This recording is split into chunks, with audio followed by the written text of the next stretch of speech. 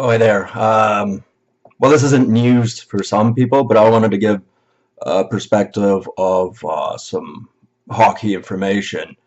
Uh, it's a thing that all men have to deal with, and you know, um, it's more the higher up you go, the more money you make, the tougher the adversary is. But anyway, I'm going to give you an abridged version of history. All right. The Cro-Magnon, as far as I think they were called. Um, I'm not especially good with this part of history, but anyway, because I a few moments ago made the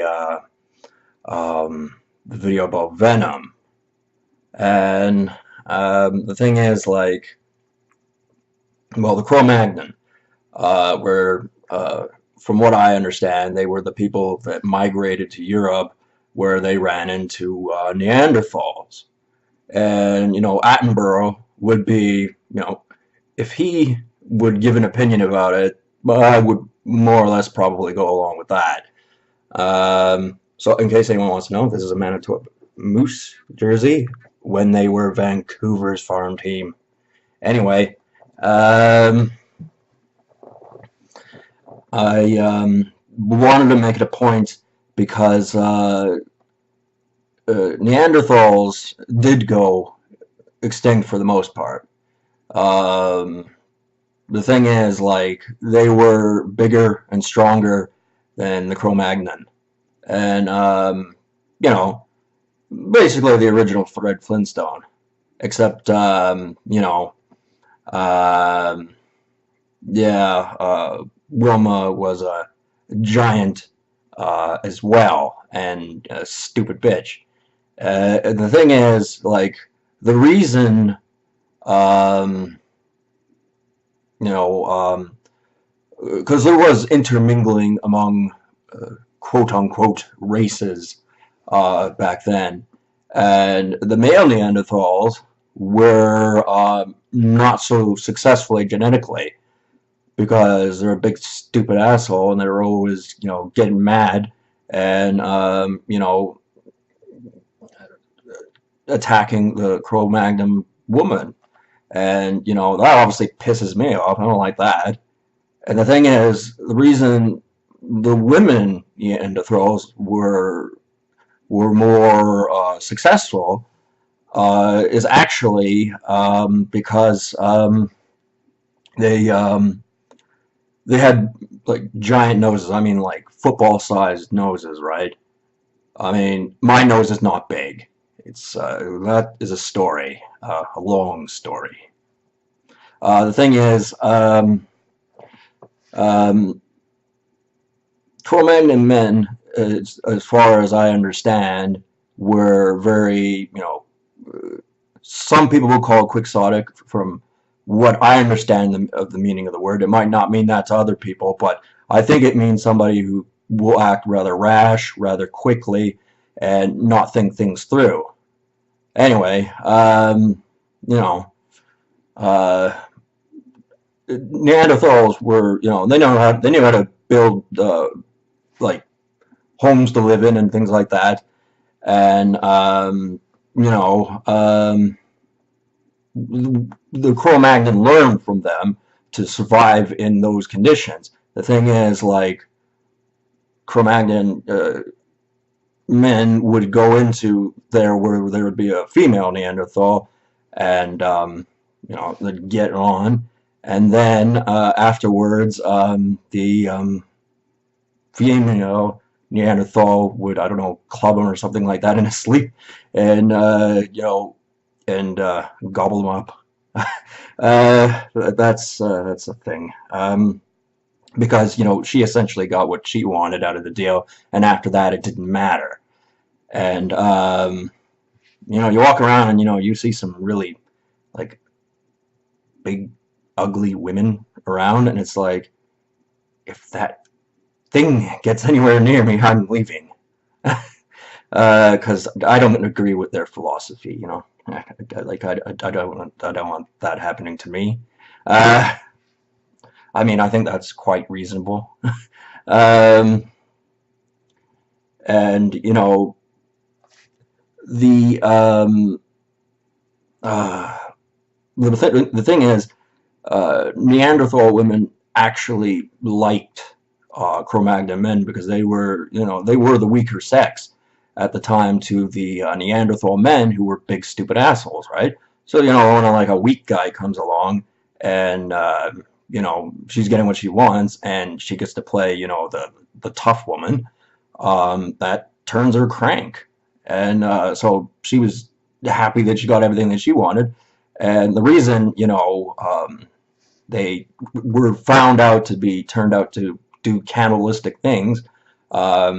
Actually, it was in the era when the Cro-Magnon first showed up, and really what that was the Neanderthal woman um, gobbling up the Cro-Magnon man after she smelt his scent, liked it, and after who knows how many years of being abused by Neanderthal men, um, you know, so it actually was the Neanderthal men.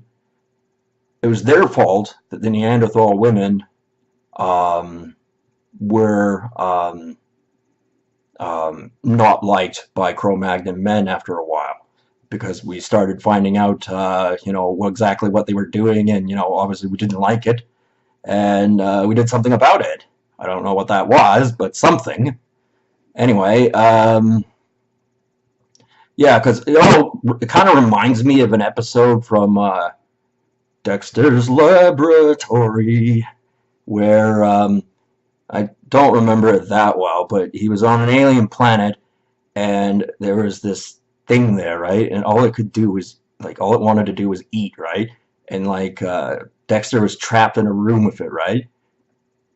That wasn't the last episode of Dexter's Laboratory. So did that thing get Dexter? No. No, it didn't. Dexter figured a way out of there, man. Yeah, no. No. So that's what all got this all started, for why men you know historically have been unkindly and things like that, and now there's a shift in global politics and things like that, and some people think it should be the other way around, and it's like, no, that's not right. Why don't you like relax or something? Um, like, I don't want to be bullied around. That doesn't sound attractive to me, especially by an unattractive woman.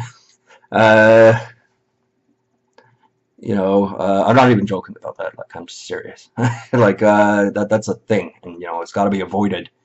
Um, because that big stupid blockhead's not, gonna, it's not gonna get me. That's for sure. Uh, I'll always be able to think of a way out of the situation.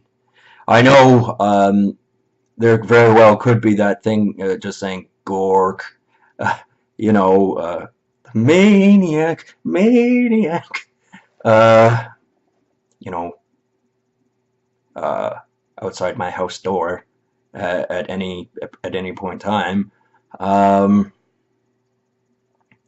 but yeah, there was something about that, doesn't sound like it's advantageous for me. It sounds a little bit problematic, actually, and just it ain't right, man. It ain't right. And bad opinion. Oh, is it ever going to make some women turn into thunder cunts? Um, However, what they do not know is that we actually control the weather. We developed a machine that does that. Do you think clouds are complicated? Do you think any of that? All I need to create water is the water itself, and we have that here in Canada. We can make it rain anytime we want. I mean, essentially, that's putting a band-aid on the situation, right? Band-aid. Really, they're called adhesive strips, but the brand name is Band-Aid.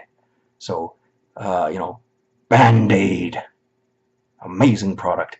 Yeah, we control the weather, and that's quite important. Um, you know, sort of fix little minor incorrect details about things. I mean, it isn't. It's there's no way reason cannot overcome brute bastard bitch mentality. There are more educated people on the subject than me. It's like, can't we all, try to be nice to each other or something? Because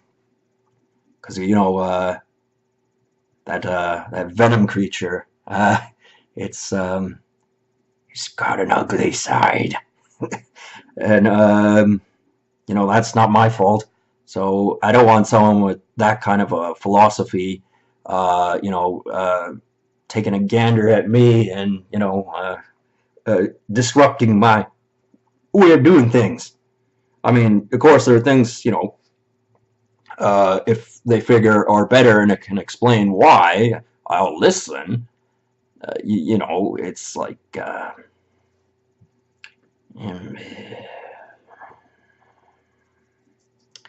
well, can't think of it right now, but anyway, I'll talk to you guys later. And yeah, again, do not be concerned about the Venom woman, the woman in black, the douchebag, the what's another negative thing I can call them? Just simmer down, they can, I don't know, I guess have some Ben and Jerry's ice cream, I suppose. What's wrong with that? I mean, it's got a lot of sugar in it, but it doesn't matter. It makes them happy. So, but that's obviously a topic I don't want to ever talk about. But not really having much of a choice here. Uh, hmm. Well, anyway, yeah, got to go think of something. All right, I'll